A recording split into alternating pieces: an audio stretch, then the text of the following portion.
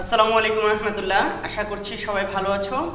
আজকে আমরা হলো এইচএসসি 24 সালে যে বোর্ড প্রশ্নগুলো এসেছিল সেখানকার নিউক্লিয়ার পদার্থবিজ্ঞান অর্থাৎ পদার্থবিজ্ঞান সেকেন্ড পেপারের নবম অধ্যায় যেটা আছে সেখানকার বোর্ড প্রশ্নগুলো নিয়ে আমরা আলোচনা করব, যেগুলো 2024 সালে এসেছিল। অলরেডি তোমরা জানো আমাদের এই চ্যানেলে আমরা 2024 সালের ফার্স্ট পেপারে যতগুলো অধ্যায় এসেছিল বোর্ড প্রশ্ন সবগুলো আমরা এই চ্যানেলে সলভ দিয়েছি।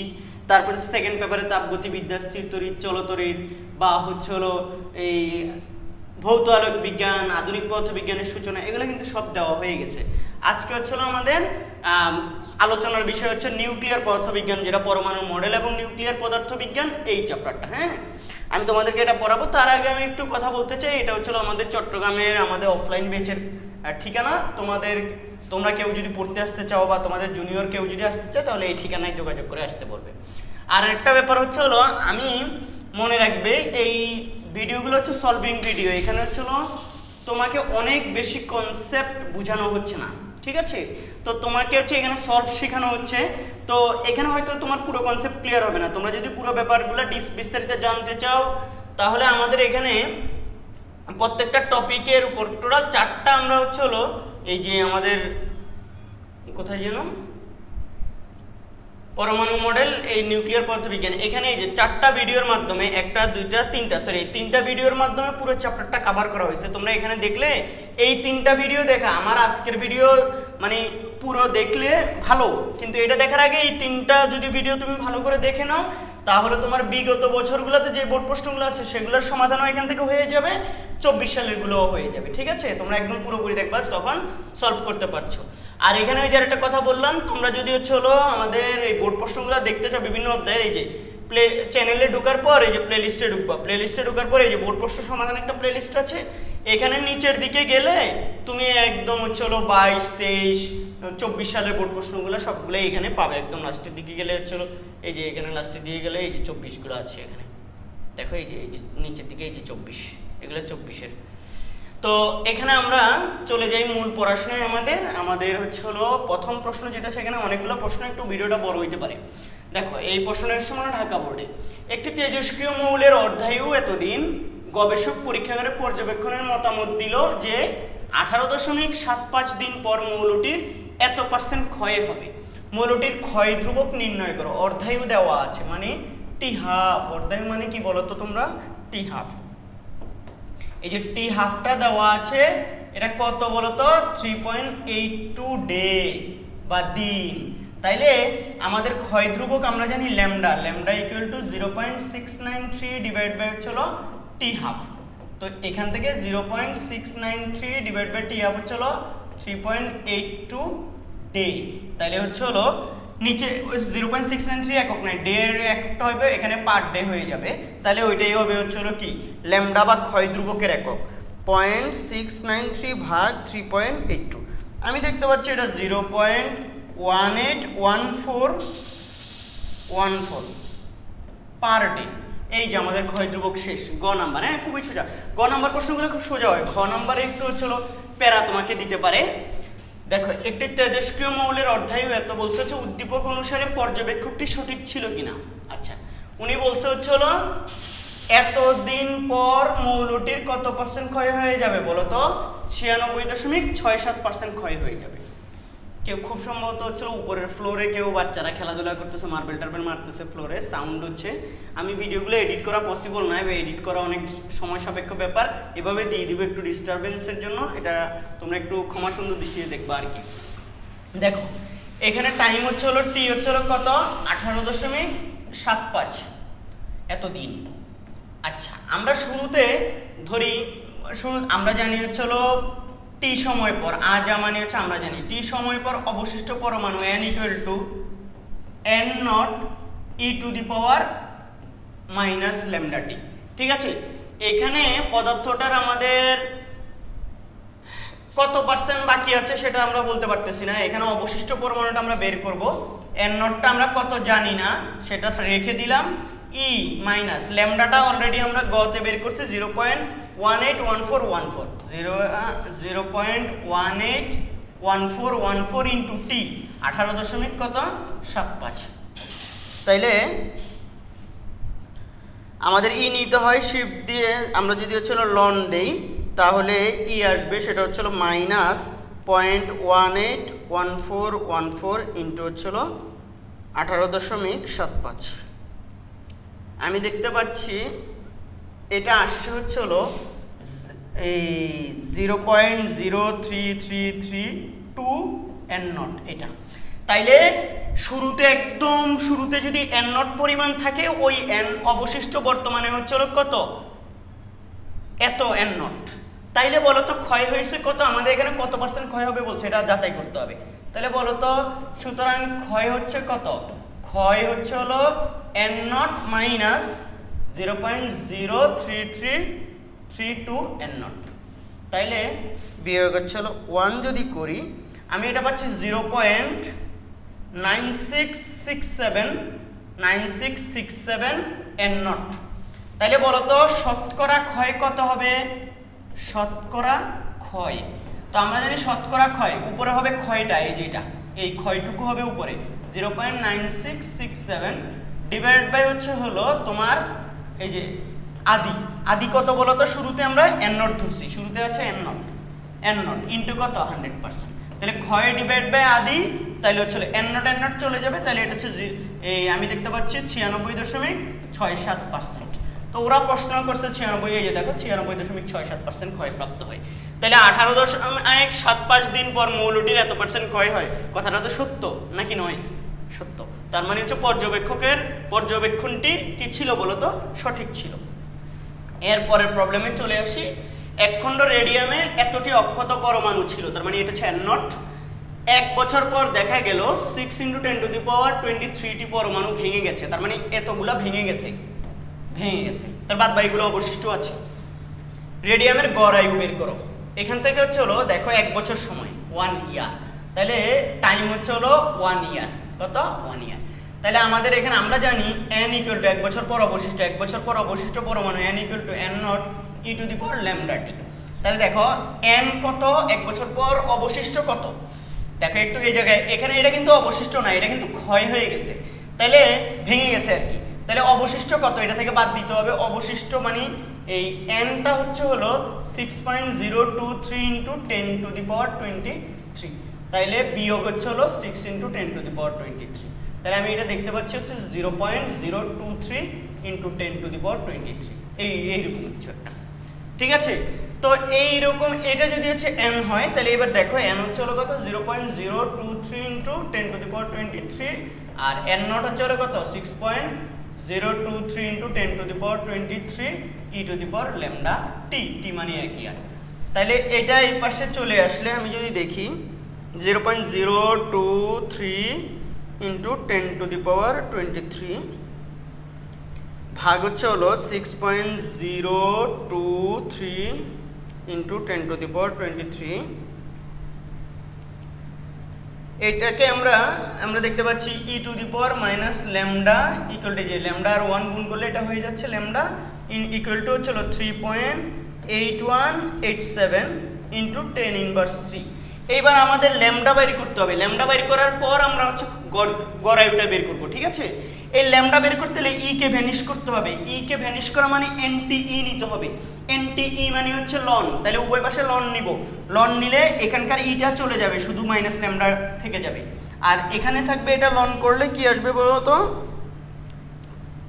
-5.56785, এটা মাইনাস এটা, তাহলে মাইনাস দুই পাশে শেষ, ল্যামডা ইকুয়াল টু 5.56785।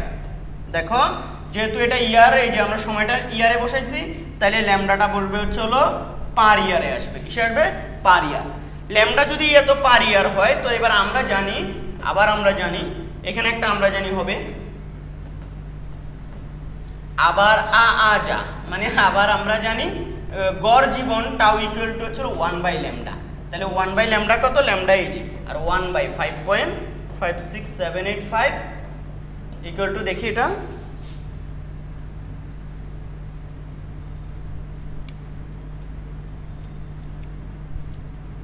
আমি দেখতে পাচ্ছি হচ্ছে 0.1796 পার ইয়ার, 1796 পার ইয়ার। এই যে এটাই হচ্ছিল তার কি গড় আয়ু, কার রেডিয়াম, তার ওই যে উদ্দীপকে যে রেডিয়ামের কথা বলেছে। প্রথমে 1 বছর এটা কেন বিয়োগ করে নিয়েছি বলতো, কারণ মোট ছিল এতটা, ভেঙে গেছে এতটা, তাহলে বাদ বাকিগুলোই তো হচ্ছিল কি আছে, অবশিষ্ট আছে, তাই না? এই জন্য অবশিষ্টটা এভাবে বের করে নিয়েছি।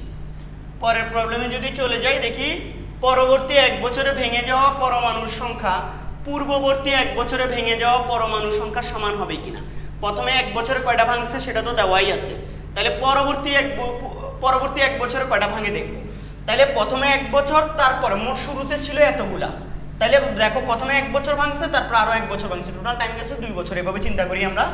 তাহলে দেখো শুরুতে 2 বছর আগে, দেখো 2 বছরে তুমি 2 বছরটা কেন 2 বছরে করবা, দেখো 2 বছরে কতগুলা ভেঙে গেছে এটা যদি আমি বের করতে পারি, তাইলে হচ্ছে হলো প্রথম বছর কতটা ভাঙছে, তাহলে 2 বছরের ভাঙাটা থেকে প্রথম বছরের ভাঙনটা বাদ দিলে দ্বিতীয় বছরের ভাঙনটা পেয়ে যাব না, এই জন্য আর কি।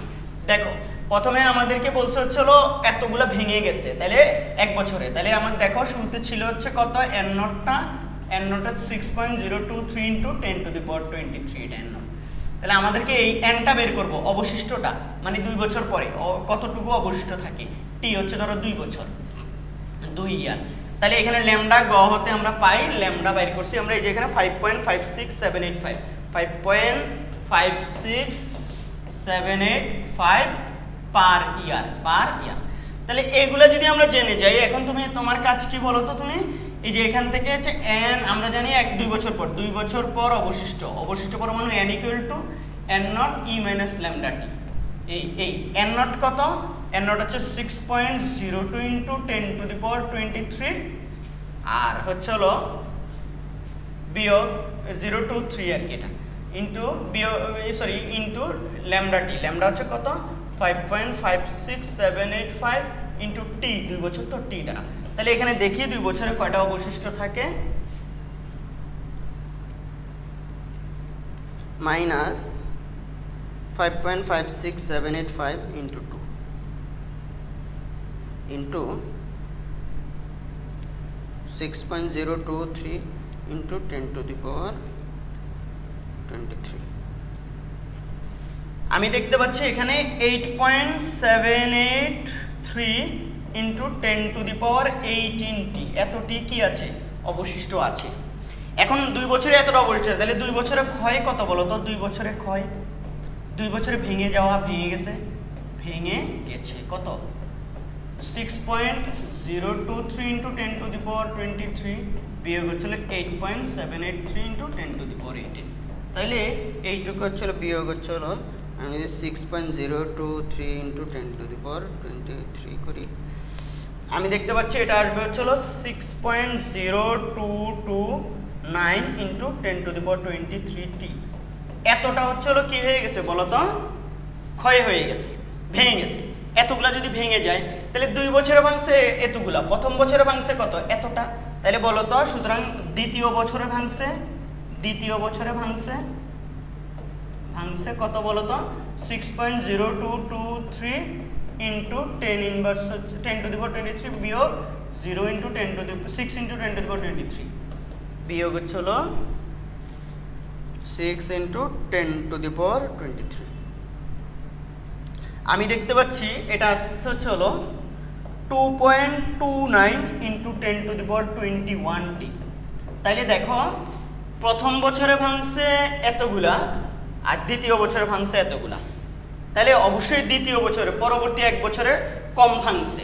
তাহলে পরবর্তী 1 বছরে ভেঙে যাওয়া পরমাণু সংখ্যা পূর্ববর্তী 1 বছরে ভেঙে যাওয়া পরমাণু সংখ্যার সমান নয়, ভিন্ন ভিন্ন। ঠিক আছে, এটা উত্তরটা একটু মিলাই দিব। স্যার এটা কোন বোর্ডে আসছে আমি একটু দেখি, রাজশাহী বোর্ড। তো রাজশাহী বোর্ডে এটা হচ্ছে উত্তরটা একটু মিলাই দেই যে ইয়াগুলো ঠিক আছে কিনা, আমাদের এই যে পরমাণু সংখ্যাগুলো হচ্ছিল একটু মিলাই দেয়, অনেক সময় ক্যালকুলেশনে কি হয়ে যায়, ভুল হয়ে যায়। রাজশাহী বোর্ড না, অক্ষত পরমাণু ভেঙে যায় 2.29 × 10⁻21, 2.29 × 10⁻21। ঠিক আছে, আর বাদ বাকি এটা যেহেতু মিলে গেছে দ্বিতীয় বছরে ভাঙন, তাহলে বাদ বাকি সব মিলছে। ঠিক আছে, এটা হচ্ছে কম আসতেছে, দ্বিতীয় বছরে ভেঙে যাওয়া পরমাণুর পরিমাণ প্রথম 1 বছরের তুলনায় কম। আচ্ছা, এবার আসে হচ্ছে হলো 3 নম্বর প্রশ্ন। এটাও রাজশাহী বোর্ড 24 রাজশাহী বোর্ডে, তাহলে 2টা আসছে এই চ্যাপ্টার থেকে কোশ্চেন। এই গ্রাফটা একদম দেওয়া আছে সরল রেখা, একটু সরল রেখা হবে না, একটু বক্র টাইপের হবে, ঠিক আছে? টাইপার ভুল করছে তুলতে। উদ্দীপকের চিত্রে একটি তেজস্ক্রিয় X পরমাণু তেজস্ক্রিয় ক্ষয়ের চিত্র দেওয়া আছে, যার গড় আয়ু দেওয়া আছে, যে গড় আয়ুটা দেওয়া আছে, গড় আয়ু মানে টাউ দেওয়া আছে, গড় আয়ু মানে টাউ দেওয়া আছে। মৌলটির এত পরিমাণ ক্ষয় হতে কত সময় লাগবে? এত পরিমাণ 0.25 n0 পরিমাণ ক্ষয় হতে কত সময় লাগবে? গড় আয়ু দেওয়া থাকলে এখান থেকে আমরা টাউ ইকুয়াল টু, আমরা গড় আয়ু ইকুয়াল টু জানিয়েছিল 1/λ, তাহলে সুতরাং ল্যামডা ইকুয়াল টু 1/τ, তাহলে 1 ডিভাইড বাই টাউ 2.488 ইন্টু 10⁻³ তাহলে এটা কত পার ইয়ার সেটা বের করে নিই।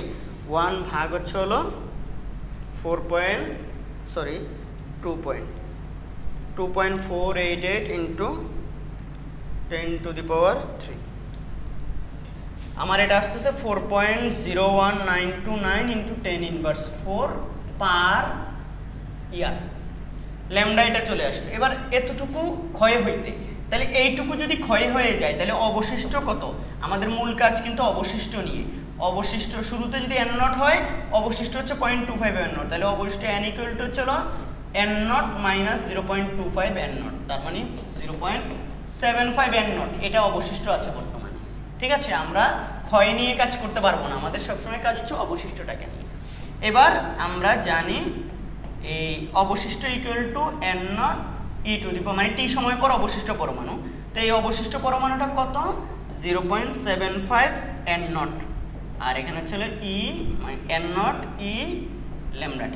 তো এখান থেকে দুই পাশ থেকে n0 কাটা, তাহলে আমাদের ক্যালকুলেশন করার পর আমাদের টাইমটা এখান থেকে বের করা সম্ভব, যে হচ্ছে বা e minus λt equal to হচ্ছে 0.75। দেখো এখন দুই পাশে লন নিব, তাহলে ই চলে যাবে, ই চলে গেলে এই পাশে থাকবে শুধুমাত্র হচ্ছে λt, আর এই পাশে থাকবে হচ্ছে লন দেখি 0.75। আমি দেখতে পাচ্ছি এখানে এই একটু ভুল হচ্ছে নাকি,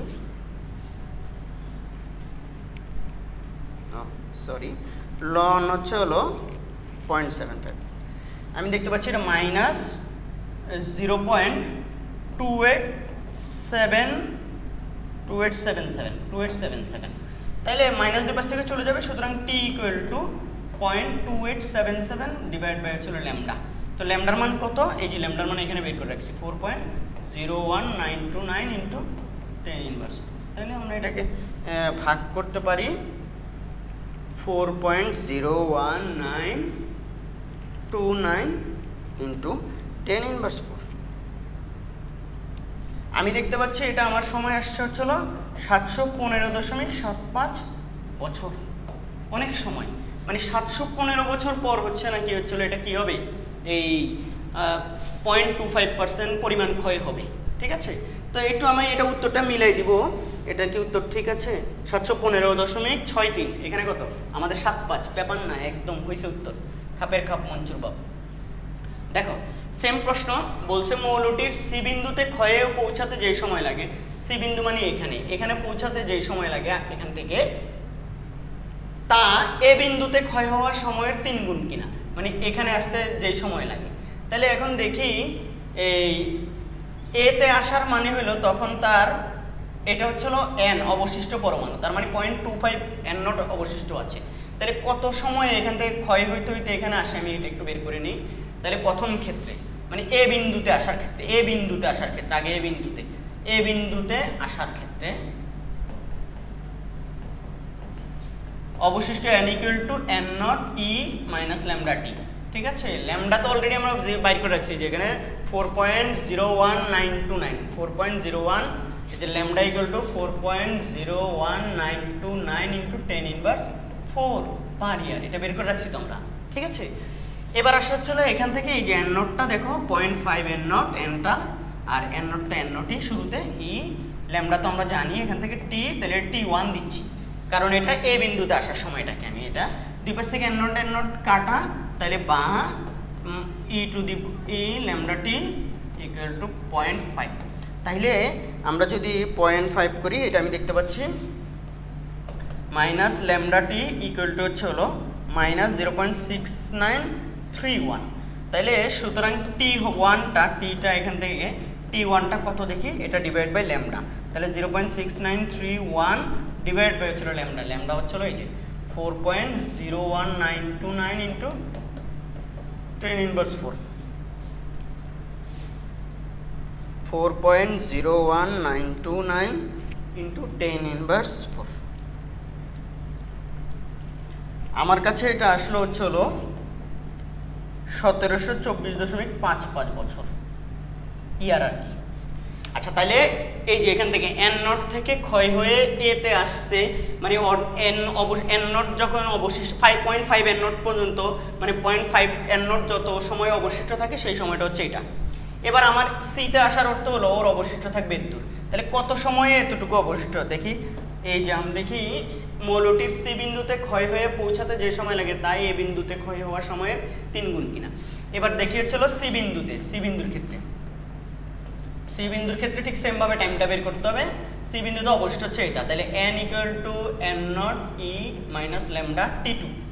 এখানে এবার দেখো n নটটা হবে হচ্ছে 0.125 n নট সরি nটা, আর n নটটা n নট ই, এখান থেকে দুই পাশ থেকে ল্যামডা t2 n নট কেটে দিব, বা হচ্ছে হলো e to the power minus lambda t equal to হচ্ছে 0.125। তাহলে এখান থেকে লন নেওয়ার পর এই দুই পাশ থেকে ই চলে যাবে 0.125। আমি এটা দেখতে পাচ্ছি minus lambda T equal to হচ্ছে দাঁড়াচ্ছে মাইনাস 2.0794। তাহলে সুতরাং T equal to T two, এটা অবশ্যই টি টু, তাহলে টি টুটা ইকুয়াল টু হচ্ছিল মাইনাস দুই পাশ থেকে চলে যাবে 2.0794 ডিভাইড বাই হচ্ছিল ল্যামডা, ল্যামডা হচ্ছে কত 4.01929 ইন্টু 10 ইনভার্স 4। আচ্ছা এটা ভাগ হচ্ছে হলো 4.01929 ইন্টু 10 ইনভার্স 4। এটা আমি দেখতে পাচ্ছি 5173.65 ইয়ার। তাহলে এবার আসি, এটা হচ্ছে হলো সি বিন্দুতে আসতে এত সময় লাগে আর এ বিন্দুতে ক্ষয়ে আসতে এত সময় লাগে। তাইলে দেখি এই টি2টা টি1 এর, এখন আমার বলছে এই যে দেখো সি বিন্দুতে পৌঁছানোর সময়টা এ বিন্দুতে পৌঁছানোর সময়ের 3 গুণ কিনা। তাহলে এ বিন্দুতে পৌঁছাতে সময় লাগে এত, তাহলে আমি এই টি2কে যদি টি1 দ্বারা ভাগ করি তাহলে দেখি এটা হচ্ছে হলো 5173.65 ডিভাইড বাই 1724.55 ভাগ 1724.55। হ্যাঁ অলমোস্ট 3, এটা অলমোস্ট এটা কত 3। তাহলে দেখো সুতরাং টি2 ইকুয়াল টু হচ্ছিল সরি এটা 3 এই 3t1। তার মানে কথাটা প্রায়ই সত্য, উদ্দীপকে যে কথাটা বলছে এত গুণ ঠিক আছে, এটা অলমোস্ট 3 আসে, 3.0000 কতগুলো আসে, এই জন্য হচ্ছে 3 ধরা যায় এটাকে। যাক এরপরে প্রবলেমে চলে যাই। বোঝানো হয়েছে তো, সলভিংটা ভালো করে দেখে নাও সুন্দর করে। মানে এই জায়গায় আসতে যে সময়টা শুরুতে এন নট ধরে এখান থেকে এখানে আসতে কত সময় লাগছে, এটা তো অবশিষ্ট পরমাণু। আবার এখান থেকে এই জায়গায় আসতে কত, মানে এই জায়গায় আসা মানে কি ভেঙে ভেঙে এত অবশিষ্ট থাকবে, ওই অবশিষ্ট এটাকে ধরে আবার এখান থেকে কত সময় লাগছে সেটা বের করছি, তারপর দুইটা সময়ের মধ্যে তুলনা করছি। ওইটাই easy, simple, very very simple. এরপরে আসো একটি H2 পরমাণু, হাইড্রোজেন H2 বলে, একটি H পরমাণুর ইলেকট্রন এত ইবি শক্তি অবস্থা থেকে এত ইবি অবস্থায় আসে। আচ্ছা ভূমি অবস্থার শক্তি এত, ভূমি অবস্থার শক্তি এত, সি এত, এটা দৃশ্যমান আলো সব দেওয়া আছে। ইলেকট্রনটি প্রাথমিক অবস্থায় কত নাম্বার কক্ষপথে ছিল? এই প্রাথমিক অবস্থায় মানে হচ্ছে এই যে এই কক্ষ, এই যে এটা এই শক্তি অবস্থায় ছিল। তো আমরা জানি এই En ইকুয়াল টু হচ্ছে হলো এই E1 ডিভাইড বাই হচ্ছে হলো n স্কয়ার। এই সূত্রটা আমরা অ্যাপ্লাই করে দিতে পারি।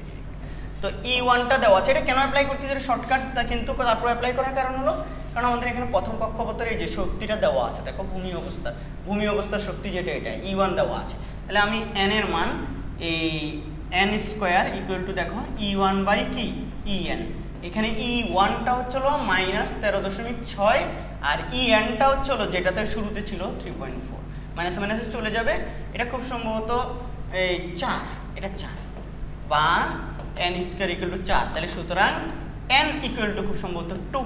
তাহলে হচ্ছে হলো ইলেকট্রনটি প্রাথমিক অবস্থায় কত কক্ষপথে ছিল? 2 নম্বর কক্ষপথে ছিল। মানে এই শক্তিটা যেই কক্ষপথের শক্তি ওই কক্ষপথেই ছিল। তো ধরে নিচ্ছি n-তম কক্ষপথের শক্তি, তো ওখান থেকে এটা n-তম কক্ষপথের শক্তি হইলে এই যে n-তম কক্ষপথের শক্তি ইকুয়াল টু প্রথম কক্ষপথে ইলেকট্রনের শক্তি ডিভাইড বাই হচ্ছিল কি n স্কয়ার, সেখান থেকে আমরা n এর মান বের করলাম 2 পেলাম, সহজ। এরপরে আসো ইলেকট্রন নিঃসৃত বিকিরণ দৃশ্যমান আলো হবে কিনা। ইলেকট্রনটা নিঃসৃত দেখো কোথাতে কতদূর বিকিরণ করছে, এই যে এটা থেকে এখানে আসছে, কোথায় কই যেন শক্তি অবস্থায় আসে, এত অবস্থায় আসে এত থেকে। ওহো স্যার একটু ভুলেছে আগের অঙ্কে, এততে আসে না এটা, এই যে দেখো এত অবস্থা থেকে আসছে, তাহলে এটা তো হচ্ছিল কত, এই এটা না এটা হচ্ছিল কত -1.5 এই জায়গায় ভুল হয়ে গেছে স্যারের, দেখো তাহলে 13.6 ভাগ হচ্ছে 1.5, তাহলে কত আসে এটা 9, এটা অলমোস্ট 9 আসে, ঠিক আছে এটা 9, তাহলে সুতরাং 3, তার মানে প্রথমে তৃতীয় কক্ষপথে ছিল, তৃতীয় কক্ষপথে এই যে এখান থেকে আসছে, দেখো এখান থেকে এটাতে আসছে। আচ্ছা আমাদের এবার আসা হচ্ছে হলো এই দুইটা শক্তির মধ্যে বলতো কোনটা বড়, বিকিরিত শক্তিটা দৃশ্যমান হবে কিনা। তো বিকিরিত আলোর শক্তি আমরা জানি E2 - E1 এরকম কিছু একটা, বা E1 - E2, বিকিরিত উপর থেকে যেখান থেকে আসে সেটার কক্ষপথের শক্তি, আমরা কক্ষপথে ইলেকট্রনের শক্তি আমরা জানি বেশি, তাইলে -1.5 eV বিয়োগ এই যে এটা -3.4 eV, তাইলে মাইনাস হচ্ছে প্লাস -1.5 eV প্লাস হচ্ছে 3.4 eV, তাহলে এটা দেখি 3.4 বিয়োগ হচ্ছে 1.5, আমি দেখতে পাচ্ছি এটা 1.9 eV, তাহলে বিকিরিত আলোর শক্তিটা এত eV থেকে হচ্ছে 1.9 ইন্টু 1.6 ইন্টু 10 ইনভার্স কত 19, এটা দিয়ে করলে জুলে চলে যাবে না বলো তো, ইন্টু 1.6 ইন্টু 10 ইনভার্স 19, 10 ইনভার্স হ্যাঁ 19, আমি এটা জুলে নিয়ে গেলাম 3.04 ইন্টু 10 ইনভার্স 19 জুল আসলো আমাদের। তো আমরা জানি হচ্ছিল দৃশ্যমান হবে কখন, তরঙ্গ দৈর্ঘ্যটা যদি হচ্ছিল 380 থেকে 780 ন্যানোমিটারের মধ্যে হয়, তাইলে আমরা জানি হচ্ছিল ডেল ই বিকিরিত শক্তি, এই যে বিকিরিত আলোর শক্তি ডেল ই, এটা del e equal to AC, আবার এটা আ যা বা আবার আমরা জানি বা হচ্ছে শুধু আমরা জানি তো লিখতে পারো এসি বাই ল্যামডা, তো এখান থেকে সুতরাং lambda equal to AC divide by del e, h কত এইচ দেওয়া আছে উপরে 6.63 ইন্টু 10, প্লাঙ্কের ধ্রুবক কি 10 inverse 34, C 3 into 10 to the power কত 8 ডিভাইড বাই ডেল ই হচ্ছে যে এই যে 3.04 ইন্টু 10 ইনভার্স কত 19। আচ্ছা আমি যদি করি 6.63 ইন্টু 10 ইনভার্স 34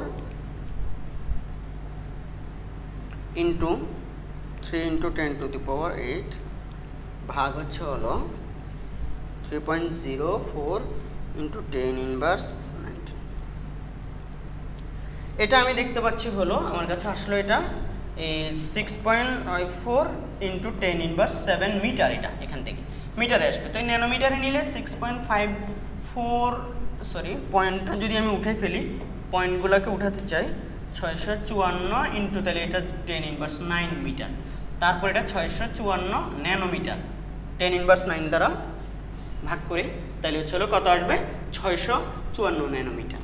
আমরা জানি 1 মিটার সমান হচ্ছে 10 টু দি পাওয়ার 9 ন্যানোমিটার, আর 1 ন্যানোমিটার ইকুয়াল টু হচ্ছে 10 ইনভার্স 9 মিটার, এরকম সম্পর্কের কারণে এটা 654 ন্যানোমিটার আসে, যেটা 380 থেকে সাধারণত আমাদের ফিজিক্স বইয়ে হচ্ছে 400 থেকে আর কি, ফিজিক্স বইয়ে লেখা 400 থেকে 700, তো সরি ফিজিক্স 400 থেকে 800, কিন্তু কত হচ্ছে এই আমাদের কেমিস্ট্রি বইগুলোতে বা অন্যান্য বইগুলোতে লেখা আছে 380 থেকে 780 পর্যন্ত, তাহলে এটা 780 মধ্যে পড়ে, তো এটা 654 ন্যানোমিটার যেটা দৃশ্যমান আলো অবশ্যই, ঠিক আছে।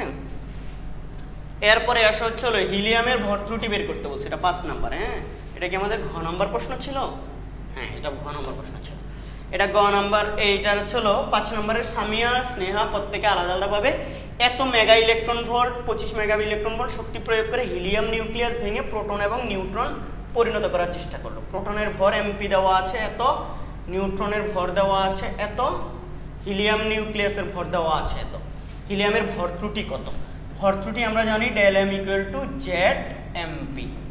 তারপর চলো এম বা এন, এন দিয়ে এটাকে এন, বিভিন্ন বইয়ে বিভিন্ন দিয়ে প্রকাশ, এন এম এন নিউট্রনের শক্তি বিয়োগ হচ্ছে হলো এম নিউক্লিয়াস। হ্যাঁ, এম নিউক্লিয়াস। তো এই জেড এখানে বলো তো হিলিয়ামের এই পারমাণবিক সংখ্যা কত? আমরা জানি হিলিয়াম এটা না, হিলিয়াম 2 4, এই যে এটা না, তাহলে এটা যদি হয় তাহলে ওর পারমাণবিক সংখ্যা Z2 এই এমপির মান কত? এমপির মান এটা 1.00758। আচ্ছা, প্লাস এন কত? এন হচ্ছে নিউট্রন সংখ্যা, এখানে ভর সংখ্যা হচ্ছে 4, প্রোটন যদি 2 হয় তাহলে নিউট্রনও 2, তাহলে 4 বিয়োগ 2 আর কি অ্যাকচুয়ালি, ইনটু হচ্ছে এমএন, নিউট্রনের ভর কত? 1.00894 বিয়োগ এম নিউক্লিয়াস, এই যে এটা হিলিয়ামের নিউক্লিয়াস 4.00389। ওকে, আমি যদি এখন ক্যালকুলেশন করি 2 × 1.00758 প্লাস 2 × 1.00894, আমি বিয়োগ যদি 4.00389, এটা আমার আসছে 0.02915 AMU অ্যাটমিক মাস ইউনিট। এই যে তাহলে আমাদের হিলিয়ামের ভর ত্রুটি বের করা, ভর ত্রুটি বের করার সূত্র সহজ, প্রোটনের মোট ভর, প্রোটনের ভরটাকে পারমাণবিক প্রোটনের সংখ্যা দ্বারা গুণ, নিউট্রনের ভরটাকে নিউট্রনের সংখ্যা দ্বারা গুণ, তাহলে মোট ভর বিয়োগ হচ্ছে নিউক্লিয়াসের ভর, মানে ওই পরমাণুটার পুরাটা ভর, এই যে নিউক্লিয়াসের ভর, হিলিয়াম নিউক্লিয়াসের পুরাটার ভর। তাহলে আমাদের এটা ভর ত্রুটি বের হয়ে গেল, মনে রাখতে হবে এটা ভর ত্রুটিটা আমাদের লাগবে, ঠিক আছে, ভর ত্রুটিটা লাগবে। সামিয়া অথবা স্নেহা হিলিয়াম নিউক্লিয়াস ভাঙতে সক্ষম হবে কিনা? তাহলে হিলিয়াম নিউক্লিয়াসের ভর ত্রুটি গ থেকে পাই, গ হতে ভর ত্রুটি del m equal to 0.02915 AMU। এবার হিলিয়াম নিউক্লিয়াসের, হিলিয়াম এর বন্ধন শক্তি, হিলিয়াম নিউক্লিয়াসের বন্ধন শক্তি, আমি নিউক্লিয়াস শব্দটা লিখি নাই, তোমরা লিখে ফেলবে।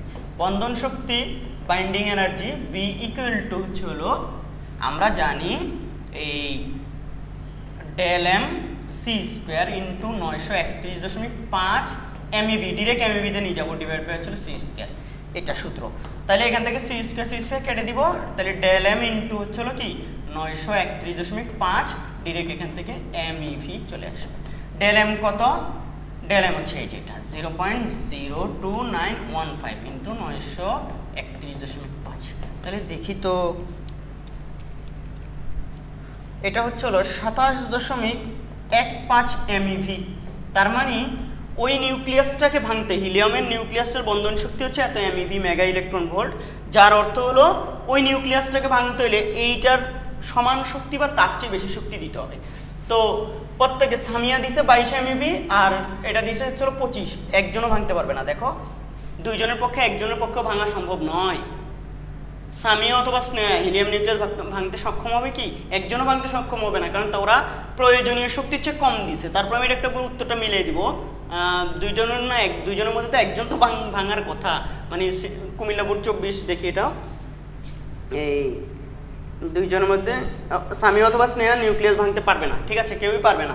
উত্তর ঠিক আছে আমাদের। হ্যাঁ, ক্যালকুলেশন ভুল হয় না, অনেক সময় ক্যালকুলেশন ভুল হয়ে যায়। তো আর এরকম সাধারণত দুইজন ব্যক্তি দেওয়া থাকলে তো একজনেরটা ভাঙবে আর একজনেরটা ভাঙবে না, এরকমই দেয় সাধারণত আর কি। হাইড্রোজেন পরমাণুর তৃতীয় কক্ষপথ হতে একটি ইলেকট্রন উত্তেজিত অবস্থায় শক্তি বিকিরণ করে, হাইড্রোজেন পরমাণু কিন্তু তৃতীয় উত্তেজিত বিকিরণ করে দ্বিতীয় কক্ষপথে আসে। ইলেকট্রনের ভর এত, ইলেকট্রনের চার্জ এত, প্রাঙ্কিত হবে। পরমাণুর তৃতীয় কক্ষপথের ব্যাসার্ধ, এই যে হাইড্রোজেন পরমাণুটার তৃতীয় কক্ষপথের ব্যাসার্ধ আমরা জানি কৌণিক ভরবেগ এটা ইকুয়াল টু হচ্ছে হলো NH/2π, ঠিক আছে। এখান থেকে আমরা কি অঙ্কটা করতে পারি না, তৃতীয় কক্ষপথের ব্যাসার্ধ আরটা, বা R equal to NH/2π MV। তাহলে দেখি n কত, এই কত নম্বর কক্ষপথ? তৃতীয় কক্ষপথ। H হচ্ছে 6.63, ওই যে প্লাঙ্কের ধ্রুবক দেওয়া আছে মনে হয় কোথায় যেন, এই যে 63 × 10⁻34 ডিভাইড বাই 2π m, m হচ্ছে 9.1 × 10⁻31। ভি কত? এই ভি তো দেওয়া, ভি কি দেওয়া আছে, এটা দিয়ে তাহলে তো বের করা যাবে না। ব্যাসার্ধ, তৃতীয় পরমাণুর কক্ষপথের ব্যাসার্ধ নির্ণয় করো, ব্যাসার্ধ ব্যাসার্ধ ব্যাসার্ধ। আচ্ছা এটা দিয়ে যেহেতু হচ্ছিল এবার আমাদের হচ্ছিল ভি বের করে আনতে হবে, ভি তো এখানে দেওয়া নাই, তাহলে এটা দিয়ে আমরা না করি, এটা দিয়ে না করে ডিরেক্ট সূত্র দিয়ে করি ব্যাসার্ধের। ডিরেক্ট ব্যাসার্ধের সূত্র দিয়ে যদি আমি করতে যাই তাইলে এটা হচ্ছে ডিরেক্ট ব্যাসার্ধ এনতম কক্ষপথের N square h square epsilon not 2 pi, sorry 2 পাই নাকি পাই, পাই শুধু পাই, পাই এম ই স্কোয়ার, এরকম একটা সূত্র আছে না ব্যাসার্ধ নির্ণয়ের। দেখি আমরা এটা কত আসে। তৃতীয় কক্ষপথ তো এন স্কোয়ার, এইচ স্কোয়ার, দেখো এইচ স্কোয়ার কত 6.63 ইন্টু 10 ইনভার্স কত 34, এটাকে স্কোয়ার। এপসাইলন নটটাও দেওয়া আছে যে 8.854 ইন্টু 10 ইনভার্স 12। আচ্ছা পাই আমরা জানি এম হচ্ছে 9.1 ইন্টু 10 ইনভার্স কত 31। আমরা অনেকভাবেই তো বের করতে পারি ব্যাসার্ধ, কৌণিক ভরবেগ থেকে ট্রাই করছিলাম কিন্তু ওখানে হইলে আবার বেগ বের করতে হতো, ঠিক আছে। তো বেগ যেহেতু প্রশ্নে দেওয়া নাই ওটা আমরা বাদ দিয়ে দিচ্ছি, ডিরেক্ট সূত্রের কাছে চলে আসছি যে n square h square epsilon naught divide by pi m e square into হচ্ছে হলো এই যে দেখো 1.6 ইন্টু 10 ইনভার্স কত 19, এটা স্কোয়ার। ওকে, তাহলে এখান থেকে আমি যদি ক্যালকুলেশন করি এই 6.63 into 10 inverse 34 square into 9 square, এই 8.854 ইন্টু 10 ইনভার্স 12 ভাগ হচ্ছে 3.1416 ভাগ হচ্ছে হলো 9.1 ইন্টু 10 ইনভার্স 31 আরও ভাগ হচ্ছে হলো 1.6 ইন্টু 10 ইনভার্স 19, এটাকে স্কোয়ার। আমার কাছে এটা আসলো হচ্ছে হলো 4.786 ইন্টু 10 ইনভার্স 10 মিটার। অ্যাংস্ট্রমে গেলে 4.784 অ্যাংস্ট্রম, আর ন্যানোমিটারে নিলে 0.4784 ন্যানোমিটার, এই এরকম কিছু একটা আসবে, ঠিক আছে, ন্যানোমিটার, ঠিক আছে। আর অ্যাংস্ট্রমে আসলে এটা, ঠিক আছে। এই হচ্ছিল ঘটনা, আমাদের হচ্ছে তৃতীয় কক্ষপথের ব্যাসার্ধ বের হয়ে গেল। এবার আমাদেরকে বলছে হচ্ছে হলো কি ইলেকট্রনটি শক্তির যে বিকিরণ করে তার চোখে দেখা যাবে কিনা, মানে বেসিক্যালি ল্যামডা বের করতে হবে। কোন কক্ষপথ থেকে কোথায়? তৃতীয় কক্ষপথ থেকে দ্বিতীয় কক্ষপথে আসে। তাহলে তৃতীয় কক্ষপথের শক্তিটা আমরা বের করে নিব E3। এই জায়গায় একটু কাহিনী আছে, হ্যাঁ, তুমি শক্তি হচ্ছে অনেকভাবে বের করতে পারো এগুলা।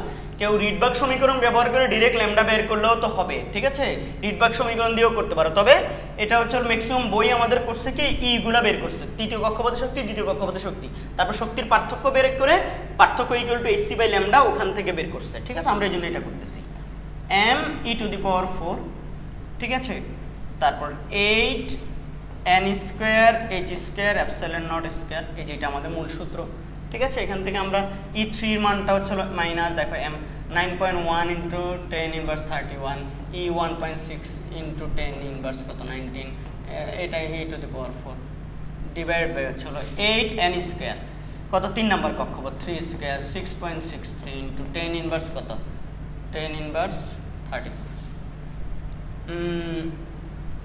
এটা হাইড্রোজেন পরমাণুর তো। আচ্ছা এটা দিয়েও করতে পারি আমরা, এভাবে ডিটেলস করতে পারি। আমি ডিটেলসটা দিয়ে আবার আমরা তো বইয়ের একটা সূত্র আছে যে যেমন এটা হচ্ছে হলো কত ইন্টু এটা হচ্ছে 34, তো এটাকে স্কোয়ার করতে পারি ইন্টু হচ্ছে এপসাইলন নট 8.854 ইন্টু 10 ইনভার্স কত 12, এটাকেও আমরা স্কোয়ার করতে পারি। এখান থেকে ডিরেক্ট এটা আসবে হচ্ছে এত জুল। দেন আবার তুমি চাইলে আবার E2টা বের করবা মাইনাস m E4, একই সূত্র 8, এটা n1, এটা n2 square h square epsilon not square, এখান থেকে আরেকটা আসবে, ঠিক আছে। ঠিক সেম ভাবে ক্যালকুলেশন করে, এটা ক্যালকুলেশন করা অনেকের জন্য জটিল হয়ে যায়। তো এটা দিয়ে না করতে চাইলে এখানে হচ্ছে n এর মান, এটা হচ্ছে দ্বিতীয় কক্ষপথ তো n2 হবে, 2 বসায় আরেকটা আসবে। তারপর হচ্ছে হলো কি হবে বলতো, ডেল E ইকুয়াল টু, আমরা জানি এখানে হচ্ছে হলো এই E3টা বড় হবে, তাইলে বড়টা থেকে ছোটটা তুমি বাদ দিবা, E3 বিয়োগ হচ্ছে হলো কি E2, এখান থেকে ডেল ই পাবা। আবার আমরা জানি ডেল ই ইকুয়াল টু কি hc বাই ল্যামডা, এখান থেকে তুমি ল্যামডাটা বের করবা, বুঝছো, এখানে ডেল ই, সুতরাং ডেল ই এটা। আবার আমরা জানি del e equal to hc by lambda থেকে ল্যামডা বের করবা। এই ল্যামডাটা হচ্ছে হলো এবার মিটারে আসবে, ন্যানোমিটারে নিয়ে যাবা, 380 থেকে 780 ন্যানোমিটারের মধ্যে কিনা যাচাই করবা। এখানে অনেকে হচ্ছে বলবে স্যার এটা একটু ক্যালকুলেশন করে দেন না, তোমরা ক্যালকুলেশনটা করো না স্যার, কিন্তু কথা হচ্ছে আমরা এটা না করে, যেহেতু এটা হাইড্রোজেন পরমাণু বলছে, তো আমরা জানি হাইড্রোজেন পরমাণুতে এটা তো করলাম, এটার বিকল্প শর্টকাটটা কি আজকের বইয়ে এটা ইউজ করছে, বিভিন্ন বই আমরাও ইউজ করতে পারবো, ঠিক আছে। ডিটেলস পারলে এভাবে ডিটেলস করবে, কিন্তু কথা হচ্ছে এটা কি এভাবে আমি করতে পারি না, যে E3 ইকুয়াল টু কি বলতো, আমরা জানি E1/n স্কোয়ার, এভাবে লিখতে পারি না, ঠিক আছে।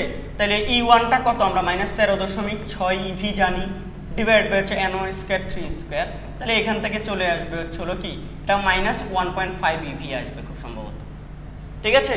এরপরে আসবে E2টা হচ্ছে হলো কি E1 ডিভাইড বাই হচ্ছে হলো এই যে দ্বিতীয় কক্ষপথের মানে n2 স্কোয়ার, তাহলে এটা -13.6 ডিভাইড বাই হচ্ছে n2 হচ্ছে 2 স্কোয়ার মানে 4 দিয়ে হলে এটা -3.4 EV। তারপর দেখো সুতরাং del e equal to EV থেকে এখানে নিয়ে আসো, এই যে ডেল ই এটা বিয়োগ এটা, কারণ এটা বড় এটা ছোট, তাহলে বড়টা থেকে ছোটটা বাদ, -1.5 প্লাস হচ্ছে হলো 3.4 হয়ে যাবে, তাহলে এটা হচ্ছে 1.9 ইভি আসবে। এখান থেকে হচ্ছে হলো কি একদম এটা হচ্ছে হলো কি এই অঙ্কটা আর ওই অঙ্কটা হচ্ছে এই যে এখানে একটা অঙ্ক করছিলাম তো আমরা এরকম, কোথায় জানো এটার আগে, এই যে এইটা এই অঙ্কটাই সেম, মানে ওখানে এখানে শক্তি দিয়ে দিছে আর ওখানে শক্তি স্তর এর নাম দিয়ে দিছে, তো আমরা শক্তি স্তর থেকে শক্তিগুলো বের করছি, একই পাইছি তো, ঠিক আছে, খেয়াল করছো।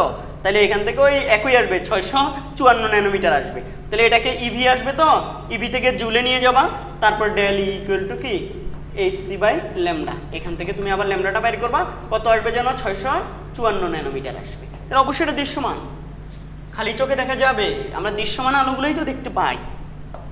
এরপরের প্রবলেমে চলে যেতে পারি, সবাই বুঝছো তো, সোজা না, দুইভাবে করতে পারো, যার যেভাবে ভালো লাগে।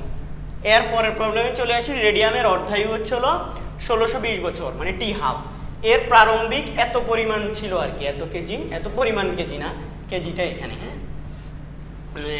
রেডিয়ামের গড় আয়ু নির্ণয় করো, অর্ধায়ু দেওয়া আছে T1/2 দেওয়া থাকলে হচ্ছে হলো এই T1/2 হচ্ছে 1620 বছর ইয়ার, তাহলে টাউ এর সাথে T1/2 এর সম্পর্ক হচ্ছে, দেখো আমাদের এই আমরা আগে ল্যামডাটা বের করে নিই, T1/2 এর সম্পর্ক থেকেও করতে পারি, ঠিক আছে। এই মুহূর্তে আমার মাথা থেকে ছুটে গেছে সত্যি কথা, যেটা আমার বের করা যাবে এখন। আমরা জানি হচ্ছে হলো ল্যামডা ইকুয়াল টু দেখো 0.6993 ডিভাইড বাই T1/2, হ্যাঁ।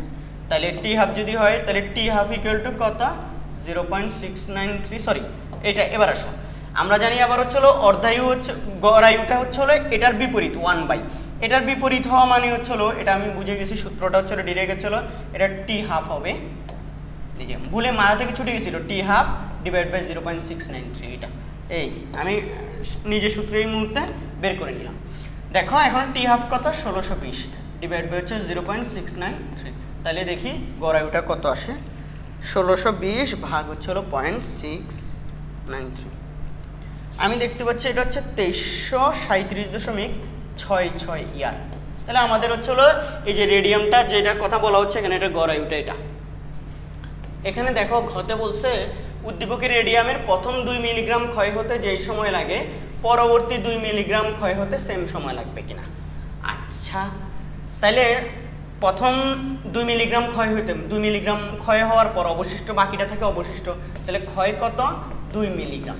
2 মিলিগ্রাম মানে প্রথম ক্ষেত্রে এটা প্রথম ক্ষেত্রে 2 মিলিগ্রাম ইকুয়াল টু হচ্ছে 2 × 10⁻, কত, 3 10⁻6 কেজি না, কেজি মিলিগ্রাম, 1000 মিলিগ্রামে 1 গ্রাম, তারপর হচ্ছে কেজিতে হচ্ছে কেজির ক্ষেত্রে হচ্ছে 10, তাহলে 10⁻6 কেজি।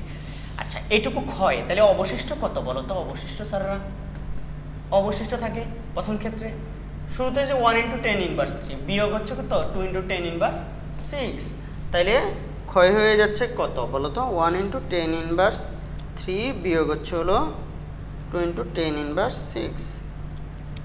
আমি দেখতে পাচ্ছি এটুকু অবশিষ্ট আছে 9.98 × 10⁻4 কেজি, এতটুকু অবশিষ্ট আছে। কতটুকু প্রথম, আচ্ছা তাহলে মানে প্রথম ক্ষেত্রে আর কি, এই যে 2 মিলিগ্রাম ক্ষয় হওয়ার পর এটুকু অবশিষ্ট থাকে, তাহলে কত সময়ে এতটুকু অবশিষ্ট থাকে এখন আমরা জানি দিয়ে বের করে ফেলতে পারি। আমরা জানি n ইকুয়াল টু হচ্ছে অবশিষ্ট equal to n0 e lambda T1 দিচ্ছি এটা। এবার আসল ল্যামডাকে আগে আমরা বের করে নিছি, এখানে ল্যামডা বাইর করি না, তাহলে ল্যামডা আমাদের এখানে জানা লাগবে, ল্যামডা লাগবে কিন্তু আমাদের। ল্যামডাটা হচ্ছে হলো কি, ল্যামডা আমরা 0.693 ডিভাইড বাই হচ্ছে T1/2 এখান থেকে করে নিতে পারি। T1/2 দেওয়া আছে 0.693 ডিভাইড বাই হচ্ছে 1620, তাহলে এটা কত আসে, 0.693 ভাগ হচ্ছে হলো 1620। আমি এটা দেখতে পাচ্ছি 4.2778 ইন্টু 10⁻4 পার ইয়ার। আচ্ছা, এখন আমাদের ল্যামডা যদি জানা থাকে এখান থেকে আমরা T1টা বের করতে পারবো না। এটা এনটা হচ্ছে কত, এই যে 9.98 ইন্টু 10⁻4, ঠিক সেম। আর এটা হচ্ছে এন নটটা হচ্ছে উপরে দেওয়া আছে 1 ইন্টু 10⁻3 ই মাইনাস ল্যামডা বসাই দিব 4.2778 ইন্টু 10⁻4 T1। এখান থেকে ক্যালকুলেশন করে এটাকে পাশে ভাগ হয়ে যাবে, তারপর লন নিবা, তারপরে এখান থেকে T1 বের করবা। আচ্ছা, তার মানে প্রথম 2 মিলিগ্রাম ক্ষয় হয়ে যেতে কত সময় লাগে, পরবর্তীতে আরও 2 মিলিগ্রাম ক্ষয় হয়ে যাওয়ার অর্থ হলো মোট তাহলে 4 মিলিগ্রাম ক্ষয় হয়ে যাবে একদম শুরু থেকে। তাহলে 4 মিলিগ্রাম ক্ষয় হয়ে গেলে তুমি চিন্তা করো তো স্যাররা, তাহলে দ্বিতীয় ক্ষেত্রে 4 মিলিগ্রামের ক্ষেত্রে টোটাল মানে ধরলা 4 মিলিগ্রাম ক্ষয় হয়ে গেছে, তাহলে বাদ বাকিটা অবশিষ্ট। বা হচ্ছে হলো এই আমি যদি পরবর্তী 1 বছরেরটা নিয়েও কাজ করি, তাইলে এটা হবে আদি। প্রথম 2 মিলিগ্রাম ক্ষয় হওয়ার পর যেটা অবশিষ্ট থাকে এটা হচ্ছে দ্বিতীয় ক্ষেত্রে হচ্ছে হলো কি এন নট হচ্ছে হলো 9.98 ইন্টু 10⁻4 আর অবশিষ্ট তাহলে কত ক্ষয় হয়েছে আরও 2 মিলিগ্রাম, তাহলে অবশিষ্ট হবে 9.98 ইন্টু 10⁻4 বিয়োগ হচ্ছে 2 ইন্টু 10⁻6। এই যে 2 মিলিগ্রাম ক্ষয় হওয়া মানে এই যে 9.98 ইন্টু 10⁻4 কত 10⁻4, এটা বিয়োগ হচ্ছে হলো 2 ইন্টু 10⁻6। এই আমার এটা আসলো কত 9.96 ইন্টু 10⁻4, এত কেজি। এইটুকু হচ্ছিল এখন মানে বাকি 2 মিলিগ্রাম নষ্ট হওয়ার পর এটা অবশিষ্ট আছে। তাইলে আবার আমরা জানি আবার আমরা জানি n equal to n naught E minus lambda T2। তাহলে দেখো বা n অবশিষ্ট এখন এইটা 9.96 ইন্টু 10⁻4 আর n নট কত, এই যে n নট এই যে এটা, তাহলে 9.98 ইন্টু প্রথম ক্ষেত্রে যেটা অবশিষ্ট মানে প্রথম ক্ষেত্রে ক্ষয় হওয়ার পর অবশিষ্ট যেটা, দ্বিতীয় ক্ষেত্রে এটা কিন্তু আদি বা প্রারম্ভিক পরমাণুর সংখ্যা। তাহলে এখানে ই মাইনাস ল্যামডা তো আগে থেকে জানি আমরা T2, এখান থেকে ওই যে এটাকে পাশে ভাগ পাড়ায় দিবা, তারপর দুই পাশে লন নিবা, ই চলে যাবে, অপর পাশে লনের অপারেশন করবা। এখান থেকে ল্যামডার মান তো অলরেডি জানাই আছে আমাদের, এই যে ল্যামডা আমরা বাইর করে নিলাম, তাহলে এখান থেকে হচ্ছে T2 বাইর করবা। এই দুইটা সময়ের মধ্যে তুলনা বলছে, প্রথম 2 মিলিগ্রাম ক্ষয় হতে যেই সময় লাগে পরের 2 মিলিগ্রাম ক্ষয় হইতে সেম টাইম লাগে কিনা এটাই জানতে চেয়েছে। সোজা না? Very very simple. এর পরের প্রবলেমে আমরা চলে যেতে পারি। প্রয়োজনীয় নিরাপত্তা ব্যবস্থা পরীক্ষা করার জন্য 50 মিলিগ্রাম তেজস্ক্রিয় পদার্থ উন্মুক্ত রেখে দেওয়া হলো। 10 দিন পর দেখা গেল এত গ্রাম অবশিষ্ট আছে, মৌলটির গড় আয়ু দেওয়া আছে, টাউ দেওয়া আছে, ক্ষয় ধ্রুবক। তো আমরা টাউ যদি দেওয়া থাকে, টাউ হচ্ছে হলো 5.48 ডে, তো আমরা জানি হচ্ছে হলো ক্ষয় ধ্রুবক ইকুয়াল টু হচ্ছে হলো 1/টাউ বা টাউ ইকুয়াল টু 1/ল্যামডা, ওখান থেকে এটা আমরা বলতে পারি। তাহলে 1/5.48 ডে, তাহলে হচ্ছে হলো 1/5.48। আমি দেখতে পাচ্ছি 0.18248 ডে ইনভার্স 1 বা পার ডে। তাহলে আমাদের ক্ষয় ধ্রুবক খুবই সোজা। গতে এই চ্যাপ্টারের গ নাম্বারের কোশ্চেনগুলো খুব সোজা সোজা দেয়, হ্যাঁ, ঘ নাম্বারটাকে একটু হালকা বড় দেয়, তবে কোনোটাই বড় না। আমার মনে আছে আমি 2015 সালে এইচএসসি পরীক্ষা দিয়েছিলাম এবং এই চ্যাপ্টারের কোশ্চেনটাকে আমি সবার প্রথমে অ্যান্সার করছিলাম, সেকেন্ড পেপার ফিজিক্সে আর কি, আমার এখনও মনে আছে এটা। দেখো পরীক্ষাগারে 10 দিনের পরিবর্তে 18 দিন মনিটর রেখে দিলে কোনো অংশ অবশিষ্ট থাকবে কিনা। আচ্ছা, 10 দিন পরে তো এতটুকু অবশিষ্ট থাকে, তাই না? তাহলে শুরুতে হচ্ছে হলো এন নট, তাহলে আমি দেখি 18 দিন পর কতদূর অবশিষ্ট থাকে। 18 দিন পর কোনো অংশ অবশিষ্ট থাকবে। 18 দিন পর অবশিষ্ট n equal to N naught E minus lambda T. তো এন নট কত 50 গ্রাম, ই ল্যামডা ই মাত্র বাইর করলাম না, এই যে এখানে 0.18248 আমার ক্যালকুলেটরে আছে। 18 দিন তো 18 বসায় দিচ্ছি। তাইলে আমরা দেখি মাইনাস 0.18248 ইন্টু 18, আমি দেখতে পাচ্ছি এটা হচ্ছে হলো 0.03745 এত গ্রাম অবশিষ্ট থাকবে। তাইলে সুতরাং অবশিষ্টটা শুরুর আদিটার কত, অবশিষ্ট অংশ হলো অবশিষ্ট যেটা আছে এটা কত, মানে ওই যে আদি অংশটার কত অংশ। তাহলে সুতরাং n ডিভাইড বাই হচ্ছে n নট অবশিষ্ট, এটা এই যে n নট হচ্ছে হলো 50, এটা হচ্ছে 0.03745 ইন্টু কত 100%, শতকরা হচ্ছে এটা ভাগ হচ্ছিল যদি আমি 50 করি, মানে ইন্টু হচ্ছিল 100, এটা হচ্ছিল 0.0749%। এই পরিমাণ অবশিষ্ট থাকবে। 10 দিন না দিয়ে যদি 18 দিন রেখে দেয় মৌলটা, 10 দিন না রেখে 10 দিন পর তো 8.1 গ্রাম অবশিষ্ট থাকে, কিন্তু 18 দিন রেখে দিলে আর এত % অবশিষ্ট থাকবে। তার মানে অবশ্যই হচ্ছিল কি কোনো অংশ অবশিষ্ট থাকবে। এরপরেরটাতে আমরা চলে যাই। বলছে হচ্ছিল 2 জন ছাত্রের এক গবেষণায় কোনো স্থানের তেজস্ক্রিয়তা পাওয়া গেল 10 মিলিকুরি, কিন্তু মানুষের জন্য সহনীয় মাত্রা হলো 5 মিলিকুরি। ওই স্থানের তেজস্ক্রিয় পদার্থে অর্ধায়ু 20 বছর। একজন ছাত্র মন্তব্য করলো আমাদের জীবদ্দশায় এই স্থান মানব বসতির উপযোগী হবে না। গড় আয়ু হচ্ছিল 75 বছর, মানুষের গড় আয়ু কত 75।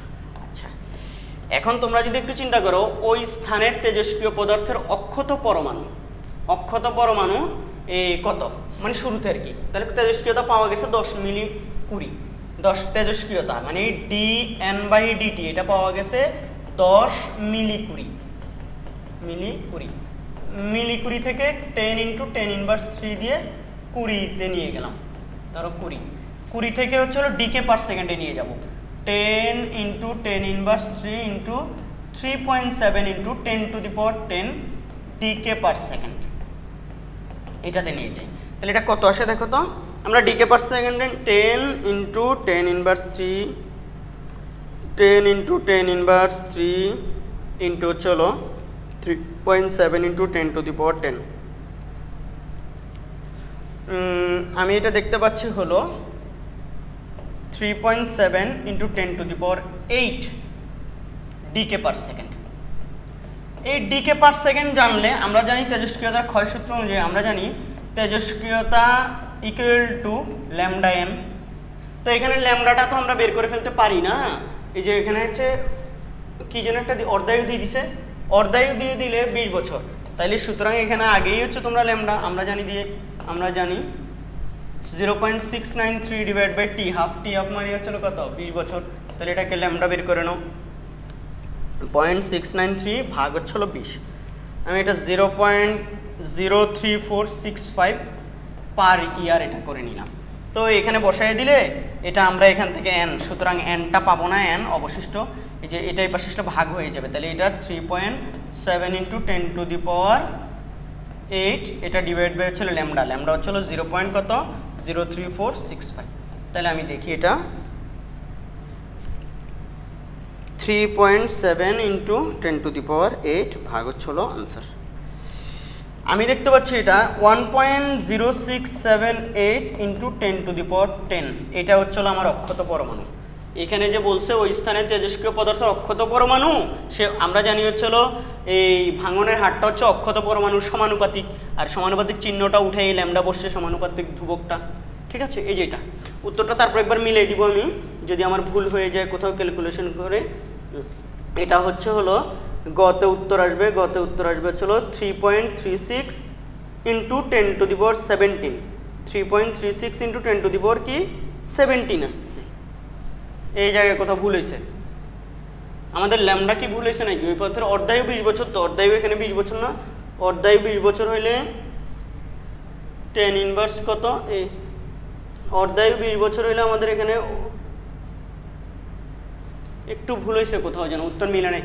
আল্লাহ ইন্নানিল্লাহ, এটা কি করছি এখানে দেখো, এটা তো পার ইয়ারে তো রাখা যাবে না, আমাদের তো নিয়ে আসতে হবে পার সেকেন্ডে, কারণ এটা ডিকে পার সেকেন্ড, তো আমরা এটা পার ইয়ারে বসাই। আল্লাহ কি বড় ভুল করে ফেলছি, দেখছো উত্তরটা মিলে যাওয়াতে এই যে ভুলটা চোখে ধরা পড়লো, স্যারের মাথা থেকে ছুটে গেছে। এই যে এখানে এটা ছিল পার ইয়ার, তাহলে পার সেকেন্ডে নিয়ে যেতে হবে, পার ইয়ার থেকে পার সেকেন্ড, তাইলে হচ্ছে হলো এটা কত 0.03465, এটা পার ইয়ারে ছিল। এটা পার ইয়ার থেকে তুমি পার ডেতে আনো, আগে পার ডেতে আনতে হইলে হচ্ছে হলো এটা পার হচ্ছে হলো 365 দ্বারা ভাগ করব, 365 দ্বারা ভাগ করলে পার ডেতে আসলো।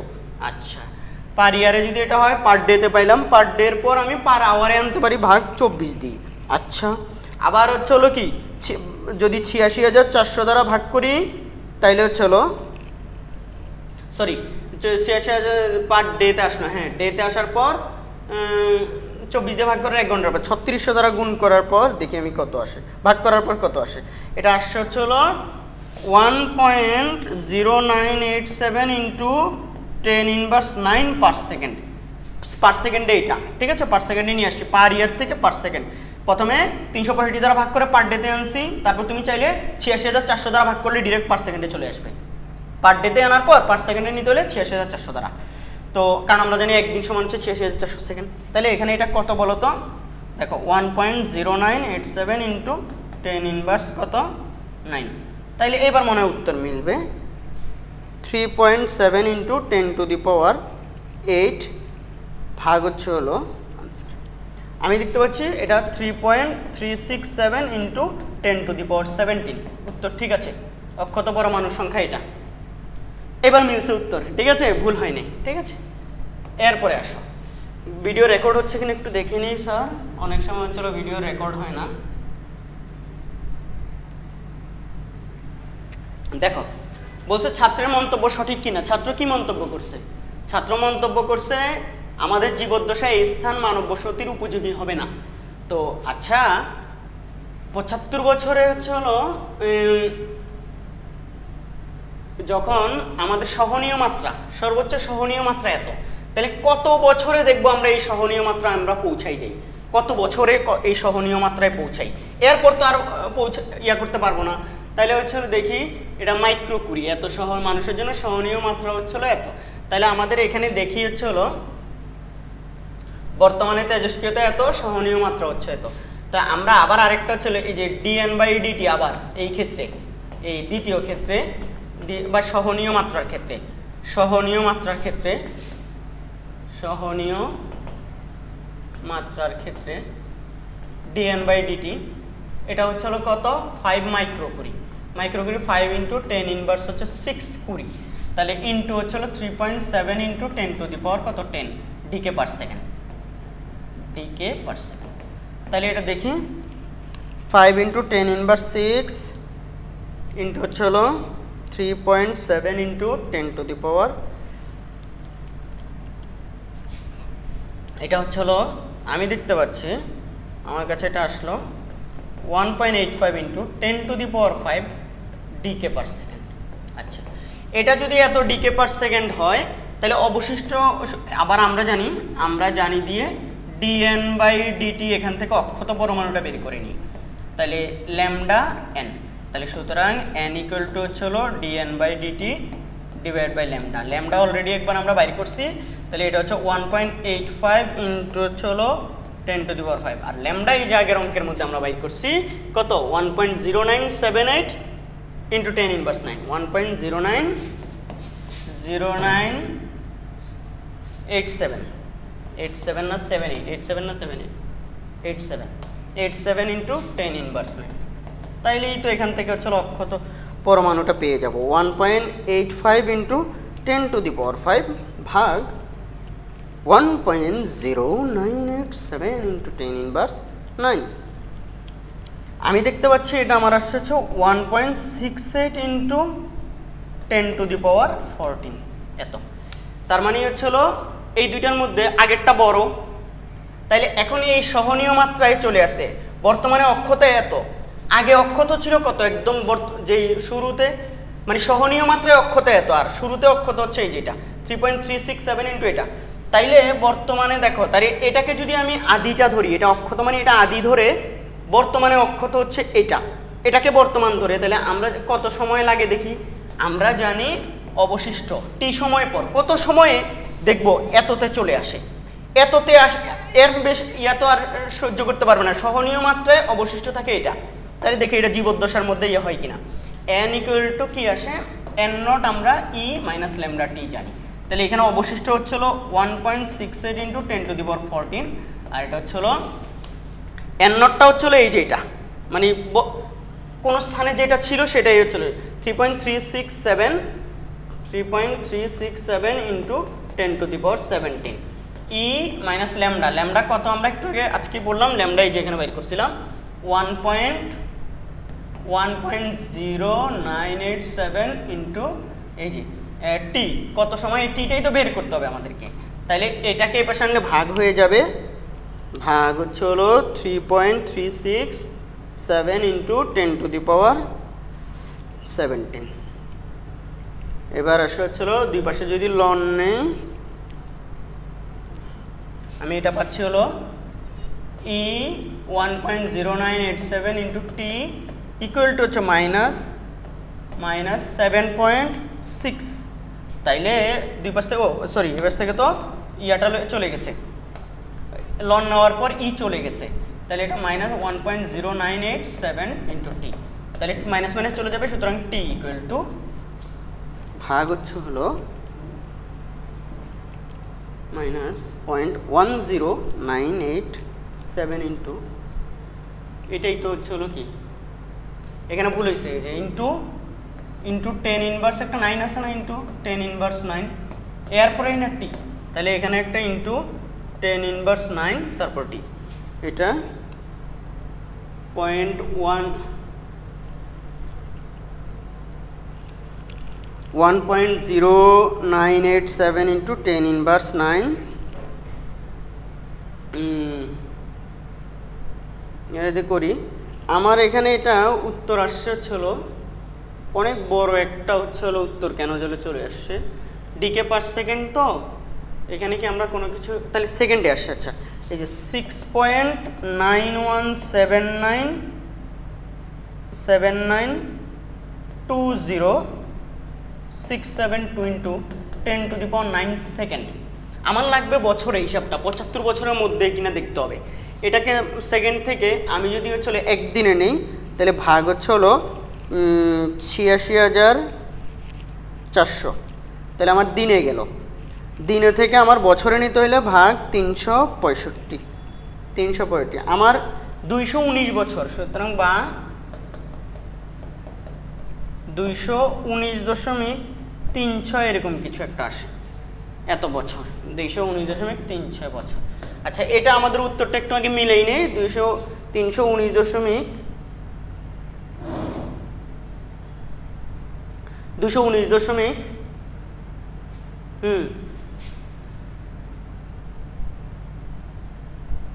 আচ্ছা ঠিক আছে। হ্যাঁ দেখো তাইলে বলছে হচ্ছে হলো ছাত্র কি মন্তব্য করছে, দেখো আমাদের এটা বছরটা ঠিক আছে, উত্তরটা মিলাইলাম 219.36, এটা কোন টেস্ট পেপারের সাথে মিলছে, এটা লেকচার।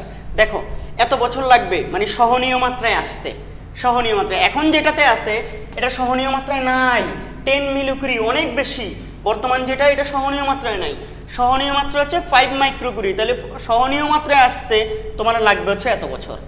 এত বছর কিন্তু আমাদের গড় আয়ু কত 75 বছর, তো জীবদ্দশায় এই স্থান মানব বসতির উপযোগী হবে না, বর্তমানে আছে এত মিলিকুরি, কমে কমে এত হইতে হবে, এত হইতে হইলে সময় লাগবে 219 বছর, যেটা মানুষের গড় আয়ুর মধ্যে সম্ভব নয়। তারপরের প্রবলেমে চলে যাই আমরা, এত হার্টজ কম্পাঙ্কের ফোটন দ্বারা একটি পরমাণুর প্রথম কক্ষের ইলেকট্রনকে আঘাত করায়, একটি পরমাণু কোন পরমাণু বলে নাই, কিন্তু এটা দেখে এই যে প্রথম কক্ষটি এগুলো হচ্ছে ব্যাসার্ধ দেওয়া আছে, তো এগুলো একদম দিয়ে বোঝা যাচ্ছে এটা হাইড্রোজেন পরমাণু। যাক কম্পাঙ্ক দিয়েছে প্রথম কক্ষপথে ঘূর্ণায়মান ইলেকট্রনের, প্রথম কক্ষপথে ঘূর্ণায়মান ইলেকট্রনের বেগ বের করতে বলছে, তাহলে বেগ বের করতে হলে mvr divide by nh divide by 2π, এখান থেকে করে ফেলতে পারবো কারণ এবার হচ্ছে আমাদের ব্যাসার্ধটা দেওয়া আছে, তাইলে বেগ বের করতে হবে, তো তাহলে v equal to nh by 2π mv, এটা দিয়ে করবো। আগেরবার ভি দিয়ে করছিলাম, এটা দিয়ে করি, আগেরবার এটা দিয়ে বেগ না, আগের ব্যাসার্ধ বাইর করছিলাম, আগেরবার ব্যাসার্ধ বাইর করতে গিয়ে দেখছিলাম বেগ দেওয়া নাই, এই জন্য হচ্ছিল আমরা মেইন সূত্রের কাছে চলে গেছিলাম। এখন এটা দিয়ে করতে পারি কৌণিক ভরবেগের সম্পর্ক থেকে, mvr equal to nh by 2π, n হচ্ছে হলো কত প্রথম কক্ষপথে ইন্টু 6.63 ইন্টু 10 ইনভার্স কত 34, 2π m 9.1 ইন্টু 10 ইনভার্স 31, ভি বলতেছি এটা আর আর কত এই যে 0.53 ইন্টু 10 ইনভার্স 10, ভাই যা আসে ক্যালকুলেশন করো না, তারপরে করে দিই 6.63 ইন্টু 10 ইনভার্স, আমারই যেখানে ক্যালকুলেশন ভুল হয়ে যায় স্টুডেন্টদের ভুল হওয়া খুবই স্বাভাবিক, ভাগ হচ্ছে হলো 2 into 3.1416 into 9.1 into 10 inverse 31 into 0.53 into 10 inverse 10। আমি দেখতে পাচ্ছি এটা আমার আসলো ভিটা হচ্ছে হলো 2.1878 into 10 to the power 6 metre per second. এটা ক্যালকুলেশন করলাম, এটাই আসলো। হ্যাঁ, তোমরা করে দেখতে পারো, আমার মনে হয় ভুল হয় নাই। ইলেকট্রন বেগগুলো প্রথম কক্ষপথে হাইড্রোজেন পরমাণু বেগটা এটাই আমার যতটুকু মনে আছে।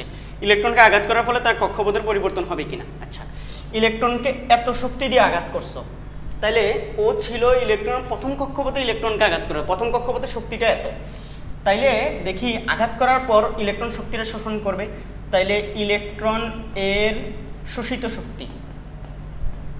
শক্তি এই এইচসি বাই ল্যামডা। দেখো এইচসি বাই ল্যামডার কাছে ধরে ল্যামডা দেওয়া আছে, হার্স দেওয়া আছে, তো এইচ এফ দিয়ে করে ফেলি। 6.63 ইন্টু 10 ইনভার্স কত 34, এফ হচ্ছে হলো 2.918 ইন্টু 15। আচ্ছা, 6.63 into 10 inverse 34 into 2.918 into 10 to the power 15 ভাগ, এটাকে ডিরেক্ট আমি ইভিতে নিয়ে যাব। এখানে একটা জুল আসবে, জুল থেকে আমরা একদম ভাগ করে 1.6 ইন্টু 10 ইনভার্স 19 দ্বারা ভাগ করে একবার ইভিতে নিয়ে যাচ্ছি। এটা হচ্ছে 12.09 ইভি, এটা শোষিত শক্তি।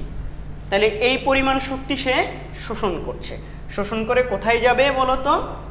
অন্য কক্ষপথে যাবে। দেখি এটা আমরা হচ্ছে হলো কি, তাইলে হচ্ছে হলো যেই কক্ষপথে যায়, নতুন কক্ষপথে ধরি নতুন কক্ষপথে ইলেকট্রনটির শক্তি, ইলেকট্রনটির মোট শক্তি কত হবে? প্রথম কক্ষপথের সাথে এটা যোগ হবে। প্রথম কক্ষপথের শক্তিটা হচ্ছে -13.6 প্লাস হচ্ছে হলো 12.09 ইভি। তাহলে দেখি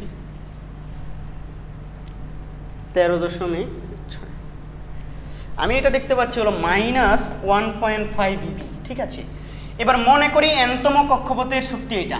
তাইলে আবার আমরা জানি En ইকুয়াল টু হচ্ছে হলো কি বলতো, ওই যে E1 n স্কয়ার। এখান থেকে চাইলে তুমি সুতরাং n স্কয়ার ইকুয়াল টু দেখো E1 বাই হচ্ছে হলো কি En, এটা হচ্ছে হলো -13.6 আর এটা হচ্ছে En-টা কত -1.5। তাহলে এটা হচ্ছে 9 আসতেছে, সুতরাং n ইকুয়াল টু কত আসবে? 3 আসবে। আমার ধারণা এটা এরকমই আসবে 3, n এর মান কত আসবে? 3। তাইলে হচ্ছে তার মানে হচ্ছে হলো ইলেকট্রনকে আঘাত করার ফলে তার কক্ষপথের পরিবর্তন হবে, সে কক্ষপথে পরিবর্তন করে প্রথম কক্ষপথ থেকে তৃতীয় কক্ষপথে চলে যাবে। ওকে, সোজা না? Simple, very very simple. এবার আসা হচ্ছে উপরের লেখচিত্রে সময়ের সাথে অক্ষত পরমাণুর পরিবর্তন দেখানো হয়েছে। তেজস্ক্রিয় পদার্থটি এত অবক্ষয় ধ্রুবক। তেজস্ক্রিয় পদার্থটি এ বিন্দুতে পৌঁছাতে হবে কিনা, উদ্দীপকের তেজস্ক্রিয় পদার্থ এ বিন্দুতে পৌঁছাতে হবে কিনা, এটা কি ধরনের কোশ্চেন? পৌঁছাতে হবে কিনা মানে পৌঁছাতে কত সময় লাগবে, এই টাইপের কিছু আসার কথা। এটা কোন প্রশ্ন বলো তো? ময়মনসিংহ বোর্ড হচ্ছে হলো 24। দেখি ময়মনসিংহ বলছে তেজস্ক্রিয় পদার্থ এ বিন্দুতে পৌঁছাতে কত সময় লাগবে। হ্যাঁ, পৌঁছাতে কত সময় লাগবে। ঠিক আছে, এইটা হচ্ছে প্রশ্ন।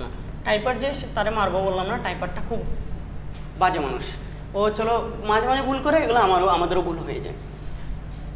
এই যে এটা তো অবশিষ্ট পরমাণু, তাহলে কত সময় পর? ধরে টি সময় পর এখানে ক্ষয় ধ্রুবক ল্যামডা দেওয়া আছে, ল্যামডা হচ্ছে হলো কত 4.02 ইন্টু 10 ইনভার্স 4 পার ইয়ার। তাইলে দেখো আমরা জানি n equal to n naught E minus lambda T. তাহলে বা n অবশিষ্ট হচ্ছে কত? এ বিন্দুতে থাকা মানে 0.7 n নট, আর এখানে তো n নট আছেই। ই ল্যামডা হচ্ছে হলো কত 4.02 ইন্টু 10 ইনভার্স 4। দেন এখান থেকে টি, দুই পাশ থেকে n নট চলে যাবে গা, লন নিলে হচ্ছে হলো ইও চলে যাবে, লন 0.7। এটা আমি দেখতে পাচ্ছি যে তোমার 4.02 ইন্টু 10 ইনভার্স 4, এটা টি ইকুয়াল টু হচ্ছিল -0.35667 এটা দুই পাশ থেকে মাইনাস কাটা দিলে, সুতরাং টি ইকুয়াল টু কত দাঁড়াচ্ছে? ভাগ হচ্ছে হলো 4.02 ইন্টু 10 ইনভার্স 4। আমি এটা দেখতে পাচ্ছি আমার সময় লাগছে 887.25 ইয়ার লাগবে, এত সময় 887.25 বছর লাগবে। ঠিক আছে, তারপর উত্তরটা মিলিয়ে দিব, যেহেতু টাইপার একবার ভুল করছিল আবারও ভুল আমারও ভুল দিতে পারে। হ্যাঁ 887 সামথিং। এবার আসো ঘতে কি বলছে দেখি, উদ্দীপক তেজস্ক্রিয় পদার্থটির গড় আয়ুর পর তার অক্ষত পরমাণুর সংখ্যা সি বিন্দুতে হবে কিনা। গড় আয়ুর পর, তাহলে গড় আয়ুটা কত তো জানি না, গড় আয়ুটা বের করে নেই। অক্ষত পরমাণুর সংখ্যাটা হচ্ছে হলো, দেখি গড় আয়ুটা হচ্ছে হলো টাউ ইকুয়াল টু 1/λ। তাহলে গড় আয়ুটা 1/4.02 ইন্টু 10⁻⁴। এখান থেকে গড় আয়ুটা বের করে নিই, 1/4.02 ইন্টু 10⁻⁴, 2487.56 এত ইয়ার।